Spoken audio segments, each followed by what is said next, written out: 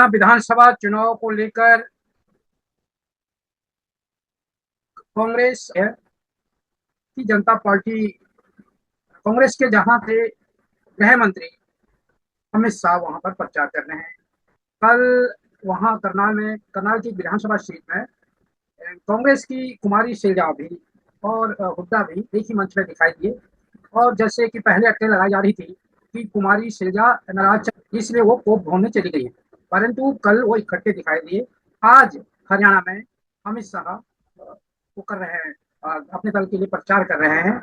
और क्या है हरियाणा की ये तो वोटों की राजनीति या इस विधानसभा में प्रचार प्रसार क्या चल रहा है और कौन नेता क्या क्या दावे कर रहा है, वो इस वीडियो में विस्तार से बात करेंगे। आप वीडियो को अंत तक देखें। नमस्कार, मैं नंदन सिंह बिष्ट। आप देख रहे हैं इमेम दस्तावेज। अगर आप इस वीडियो को YouTube चैनल पर देख रहे हैं और चैनल पर नए हैं तो चैनल को सब्सक्राइब करें, बेल का आइकन भी दबाएं। अगर आप इसको Facebook पेज पर देख रहे हैं तो पेज को लाइक करें। अगर आप इसको Instagram पर देख रहे हैं तो हमें फॉलो करें और वीडियो को शेयर करते रहें। चुनाव में कांग्रेस पार्टी स्वीप करने जा रही है, स्वीप करने जा रही है, आंधी आ रही है। नरेंद्र मोदी क्या करते हैं? काले कानून लाते हैं। हरियाणा के किसानों का कर्जा माफ नहीं होगा, आपको सही एमएसपी नहीं मिलेगी, बेरोजगारी है, महंगाई है, सारी की सारी प्लानिंग 10-15 लोगों के लिए होती है। हम सबकी सरकार बनाएंगे, किसी एक की सरकार नहीं होगी, पूरे हरियाणा की सरकार होगी। मैं आपको शुरुआत की बात कर रहा हूं। पहला कदम महिला शक्ति, 2000 रुपए हर महीने महिलाओं को और 500 रुपए का गैस सिलेंडर। दूसरा कदम, जो 2 लाख वैकेंसीज सरकार में आज खाली पड़ी है युवाओं के लिए, हम वो भर के आपको दे देंगे। किसान को एमएसपी गारंटी करके हरियाणा की सरकार देगी और जो आपका बीमा का पैसा है, जैसे ही नुकसान होगा उसके एकदम बाद आपको बीमा का पैसा मिलेगा। गरीबों के लिए घर, 100 गज के प्लॉट और 3.5 लाख रुपए 2 बेडरूम के घर के लिए और 300 यूनिट फ्री में बिजली। हरियाणा एक साथ लड़ेगा, सबकी सरकार बनेगी, खुशी से बनेगी। चुनाव में कांग्रेस पार्टी स्वीप करने जा रही है, स्वीप करने जा रही है, आंधी आ रही है। अमित शाह हरियाणा में असेंबली इलेक्शन 2024 का प्रचार करने के लिए भारतीय जनता पार्टी की तरफ से गए हैं और उन्होंने एक बात कही कि हरियाणा में कांग्रेस की सरकार में डीलर, दलाल और दामादों का राज चलता था, परंतु अब जब भारतीय जनता पार्टी की सरकार वहां पर है तो बीजेपी सरकार में ना डीलर बचे ना दलाल, दामाद का तो सवाल ही नहीं है। रेवाड़ी में गर्जे अमित शाह, जाने भाषण की पूरी बातें क्या है। तो रेवाड़ी में है जनसत्ता की खबर है।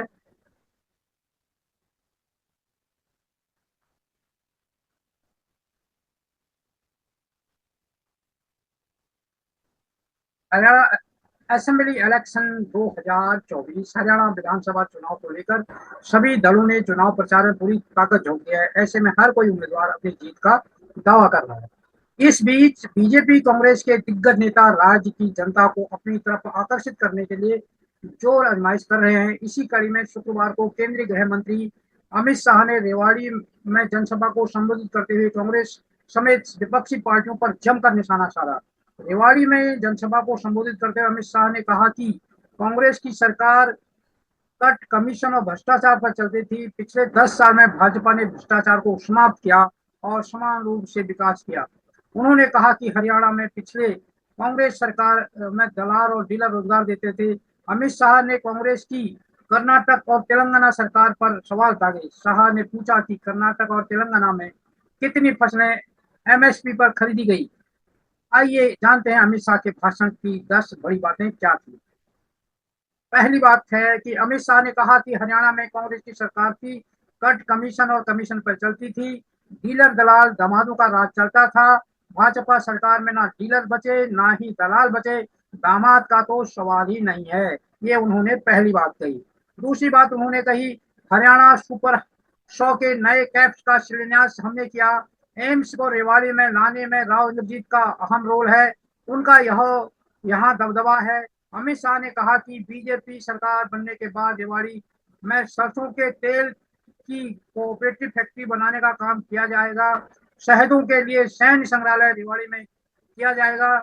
इसके अलावा विश्वकर्मा विश्वविद्यालय बनाएंगे, रेवाड़ी में नया मेडिकल कॉलेज, महिला चौपाल, दंगल अखाड़ा और ओलंपिक खेल नर्सरी बनाएंगे।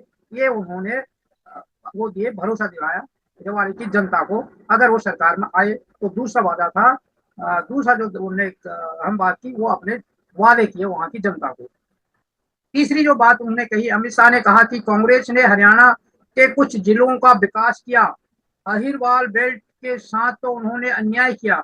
कुछ लोग पार्टी को छोड़कर निर्दलीय खड़े हैं, जिनके पास कमल फूल का निशान है, उन्हीं को वोट दीजिए, वो ही पार्टी के उम्मीदवार हैं। ये उन्होंने विशेषकर अपने उन पार्टियों के खिलाफ बोले जो वहां से बगावत करके निर्दलीय उठे हैं, और ये उन्होंने आह्वान किया मतदाता को, आपने कमल का फूल देखना है और उसी को वोट देना है, कमल के फूल को वोट देना है। और चौथी बात कही अमित शाह ने कहा कि राहुल बाबा विदेश जाकर कहते हैं कि हम एसटी एससी ओबीसी समुदाय को आरक्षण समाप्त कर देंगे।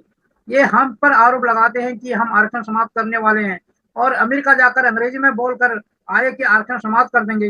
राहुल बाबा कैसे समाप्त कर देंगे? सरकार हमारी है, और मैं कह देता हूं कि जब तक संसद में भाजपा का एक भी सांसद है, तब तक आप आरक्षण समाप्त नहीं कर सकते। ये अगर कांग्रेस को उन्होंने चैलेंज किया है कि तुम कैसे कर सकते हो, और आरोप लगाया कि राहुल गांधी ने विदेश में ये बातें कही हैं। वो पहले जो पांचवा है उनका भाषण का अंश, उसमें है जम्मू कश्मीर में जाकर वो ये कहते हैं कि हम सभी आतंकियों और पत्थरबाजी को छोड़ देंगे। 40,000 लोग जम्मू कश्मीर में मारे गए, हमारे सेना के जवान शहीद हो गए, और आप कहते हैं कि आप उन्हें छोड़ दोगे। शाह ने कहा कि अरे राहुल बाबा, हिम्मत है तो हरियाणा में आकर वही भाषण दीजिए जो तुमने जम्मू कश्मीर में। ये उन्होंने दो बातें राहुल पर फोकस है। और पहली बात है, उन्होंने कांग्रेस के पिछले शासन की बात की। दूसरा, उन्होंने वहां की जनता को अपनी तरफ से नए नए आश्वासन देके हम ये करेंगे वो करेंगे। तीसरी बातें उन्होंने कही कि जो उनकी पार्टी से छोड़कर निर्दलीय लड़ रहे हैं तो उनसे सावधान रहें, केवल कमल के फूल का बात करें। चौथी बात में उन्होंने ओबीसी और एससी एसटी को आकर्षित करने के लिए कोशिश की थी। राहुल गांधी तो विदेशों में कहते हैं हम आरक्षण खत्म कर देंगे, पर हम आरक्षण खत्म नहीं होने देंगे, वैसे भी सरकार हमारी है। पांचवी बात उन्होंने जो कही, वो जम्मू कश्मीर में अपने प्रचार के दौरान राहुल गांधी ने जो कुछ कहा होगा उसी को तरोड़ मरोड़ कर यहाँ पर पेश करने की कोशिश की कि वहां पर ये आतंकवादियों को छोड़ने की बात कर रहे हैं, और उन आतंकवादियों ने वहां के लोगों को मारा है, जवानों को मारा है। तो ऐसी बातें अगर तुमको हिम्मत है तो हरियाणा में आके भी ये बातें बोलो। छठी जो बात कही है कि राहुल बाबा, अब उन्होंने चौथी पांचवी छठी बातें तो खासकर राहुल पर फोकस है। राहुल बाबा अभी किसी एनजीओ को पकड़ दिया है कि एमएसपी बोलने से वोट मिल जाएंगे। राहुल बाबा, एमएसपी का फुल फॉर्म मालूम है आपको? खरीफ और रबी की फसल कौन सी है, क्या आपको मालूम है? पूरे देश भर में कांग्रेस की जो सरकारें चल रही हैं, एमएसपी के नाम पर किसानों को झूठ बोलना बंद कीजिए। हरियाणा की भाजपा सरकार किसानों से 14 फसलों की एमएसपी पर खरीद रही है। हरियाणा में कांग्रेस के नेता एक बार बता दें कि देश में आपकी कौन सी सरकार एमएसपी पर 24 फसल खरीदती है। ये था किसानों को एड्रेस करना, राहुल को तारीफ करना। जो आंदोलन किसानों ने बातें कही हैं कि हमको एमएसपी की गारंटी दो, तो उस पर ये फोकस था। और टारगेट राहुल गांधी, क्योंकि राहुल गांधी कांग्रेस के मेन नेता है। कर्नाटका और तेलंगाना में आपकी सरकार है, एमएसपी पर कितनी फसलें खरीदते हैं बताइए जरा। अरे हुड्डा साहब, आपकी सरकार को किसान 2 रुपये मुआवजा वाली सरकार कहते थे, क्योंकि आपके समय में बर्बाद फसल के लिए 2-2 रुपये के चेक भेजे जाते थे। तो ये उन्होंने फिर हुड्डा सरकार को और कांग्रेस की सरकारों को एक बार करके उदाहरण समझाकर मतदाताओं को कन्विंस करने की कोशिश की कि हम बेहतर है इनसे, कांग्रेस से। प्रधानमंत्री नरेंद्र मोदी ने 2014 में चुनाव प्रचार शुरुआत हरियाणा से की थी, और उन्होंने वादा किया था कि 40 वर्षों से हमारे सेना के जवानों द्वारा की जा रही 1 रैंक 1 पेंशन की मांग पूरी करेंगे। 40 वर्षों तक कांग्रेस 1 रैंक 1 पेंशन लागू नहीं कर पाई। आपके मोदी को सेवा का मौका दिया आप, और मोदी ने 1 रैंक 1 पेंशन लागू किया। 1 महीने पहले 1 रैंक 1 पेंशन का तीसरा वर्जन भी लागू कर दिया गया है। ये उन्होंने जो एक्स सर्विसमैन है उनको एड्रेस करने की कोशिश की, जो 1 रैंक और 1 पेंशन का मुद्दा था। अब वो कितने दिन में सहमत होंगे इनकी बातों से, वो मतों के बाद पता चल जाएगा। 9वीं बात जो अमित शाह ने कही, अमित शाह ने कहा कि ये हरियाणा की भूमि बलिदान और वीरता की भूमि है। हरियाणा की भूमि का ज्ञान अध्यात्म और गीता की भूमि है। ये हरियाणा की भूमि शक्ति और समृद्धि की भूमि है। आज देश की सीमाएं सुरक्षित हैं, जम्मू कश्मीर सुरक्षित है और इसमें हरियाणा के जवानों का बलिदान, वीरता और शौर्य शामिल है। ये हरियाणा को उन्होंने एक तरह का वो दिया कि मोटिवेट करने की कोशिश की ताकि वो बीजेपी के पक्ष में वोट करें।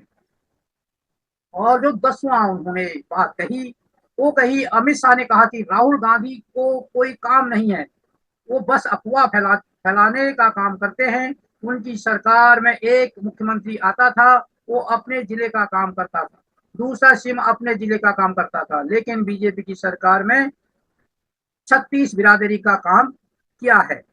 जहां भी देखो वहां आपको अदानी अंबानी दिखेगा। हर इंडस्ट्री में यही हो रहा है। एयरपोर्ट में जाते अडानी टैक्स, मोबाइल फोन चलाओगे अंबानी टैक्स, पोर्ट में जाओगे अदानी टैक्स, सड़क पे चलोगे अदानी टैक्स, अनाज में अदानी टैक्स, सेना हथियार का प्रयोग करेगी अदानी टैक्स, कारतूस अदानी टैक्स, अग्निवीर अदानी टैक्स। आज पूरी की पूरी सेब की इंडस्ट्री अदानी के हाथ में। ये कब तक चलेगा? 16 लाख करोड़ रुपए कर्जा माफ किया है अदानी अंबानी जैसे 25 लोगों का नरेंद्र मोदी। आप शेम कह रहे हो, मगर मैं आपसे पूछना चाहता हूं, जम्मू के छोटे बिजनेस वालों का, जम्मू के किसानों का कितना टैक्स माफ हुआ? 0।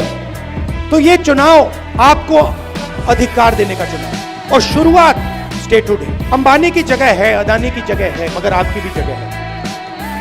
ये नहीं होगा कि भैया उनको सब कुछ दे दिया और जम्मू कश्मीर के लोग देखते रह गए। सोशल मीडिया पर पूरे अफवाह फैलाई जा रही थी कि कुमारी शैलजा कांग्रेस छोड़ रही हैं या फिर प्रचार नहीं कर रही हैं, नाराज हैं, वो भवन में चली गई।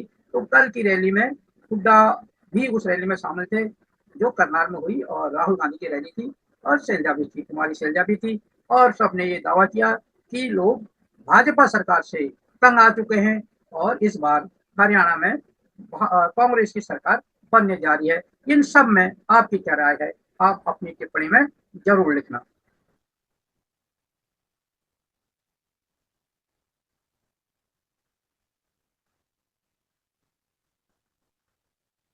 अगर आपको हमारी वीडियो पसंद आई हो तो इसे लाइक करें और ज्यादा से ज्यादा शेयर करें ताकि बाकी लोगों तक भी ये जानकारी पहुंच सके। हमारे चैनल को सब्सक्राइब करना बिल्कुल ना भूलें और हमारी वीडियोस को सबसे पहले देखने के लिए बेल आइकन को भी जरूर प्रेस करें।